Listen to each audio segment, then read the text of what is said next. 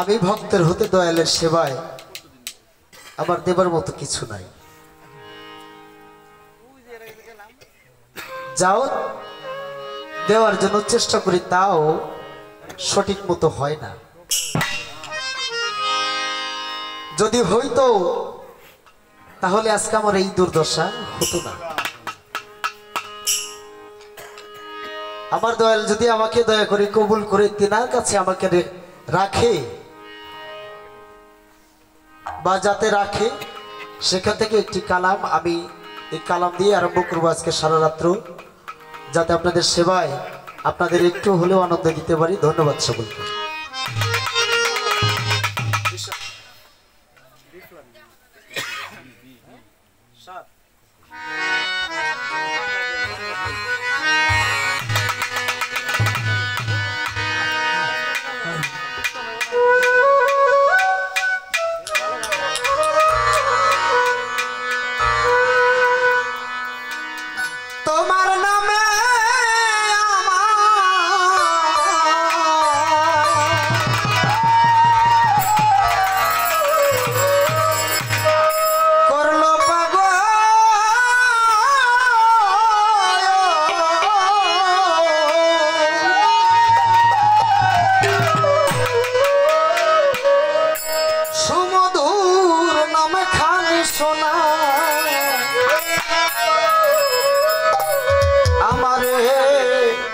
আপন করে লো,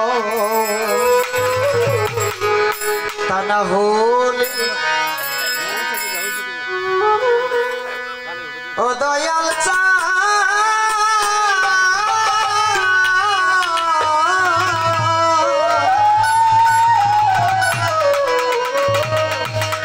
সূরজ চান তুমি নিজে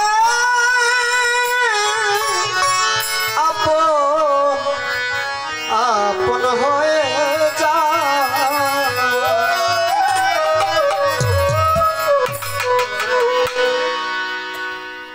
যেমনি ভাবে হযরত বিল্লাল শুনেছিল কুরাইশ বংশে একজন মহামানবের জন্ম হয়েছে, তার নাম মুহাম্মদ। লোকের মুখে শুধু প্রশংসাই শুনি, এই প্রশংসা শুনে একদিন, 2 দিন, 3 দিন, 1 সপ্তাহ, 1 মাস, 1 বছর, গত 3টি বছর শুধু শোনার উপরেই তার চলে গেল।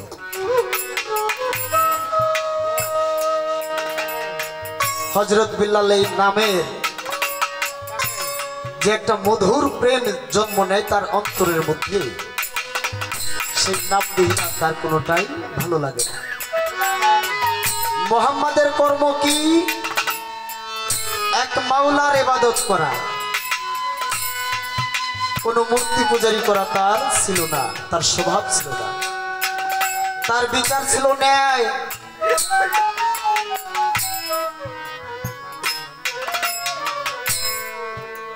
যার দৃষ্টি ছিল না তাকে দৃষ্টি দেওয়ার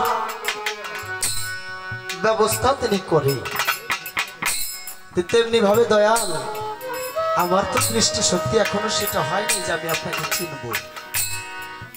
আপনি যদি নিজে সদয় না হয়ে আমাকে দর্শন না দেন, আমি আপনাকে কখনো চিনতে পারবো না।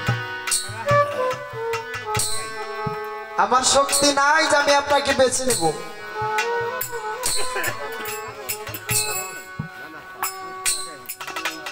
আমার সেই জ্ঞান হয় নাই যে আমার জ্ঞান দ্বারা আপনাকে বিবেচনা করে আমি আপনাকে খুঁজে নেব। যদি আপনি সেই জ্ঞানটুকু আমাকে দয়া করে দান করেন, তাহলে সেই জ্ঞান দিয়েই আমি আপনাকে তার ভজন করব। তাই সাধক তার গানের মধ্যে বলে গেছে,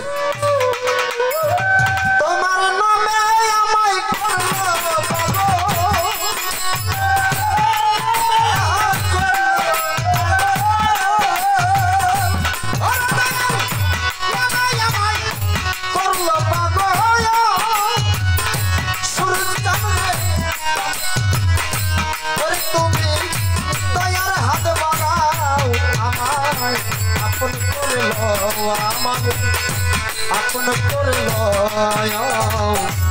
না হলে ও দয়াল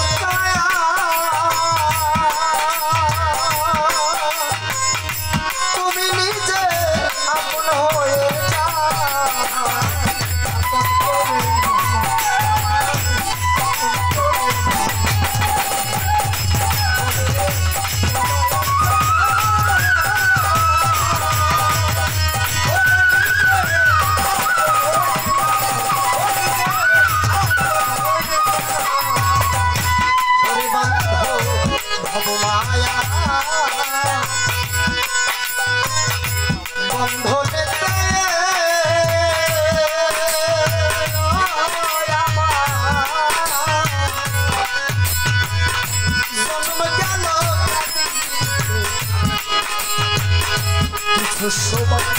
তোমার সেবায় থাকবার সুযোগ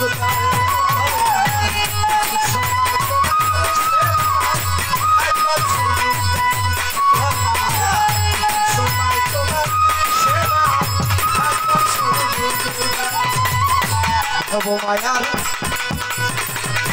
বন্ধনেতে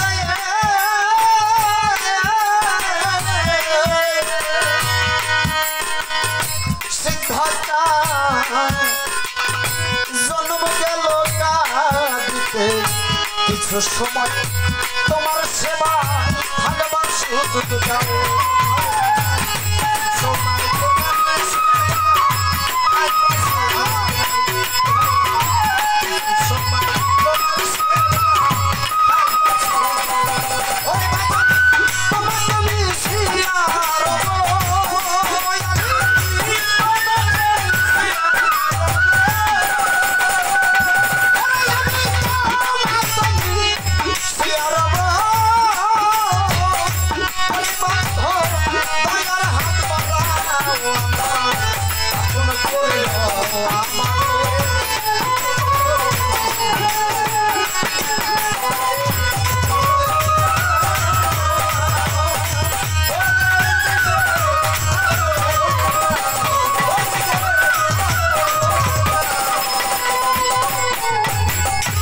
আঠারো হাত জানো আলো দয়া ঘুমেতে রইয়াছে মগো আমার দয়া তোলো ধরি তোমার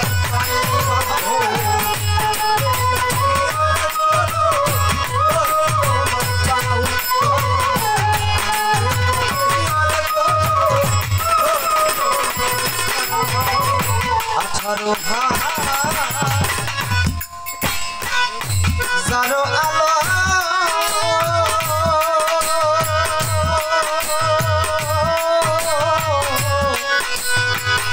সূর্য চাঁদ ঘুমেতে রইয়াছে মগো আমার দয়া তোলো ধরি তোমার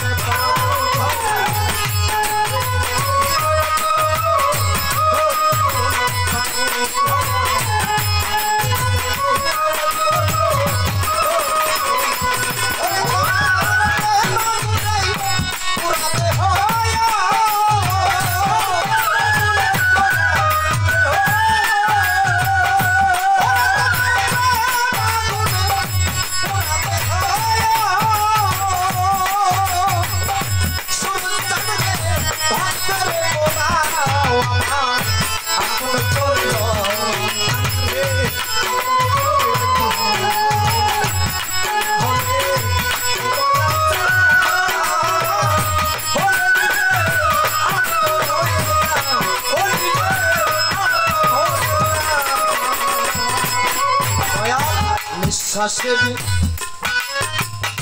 শ্বাসে তুমি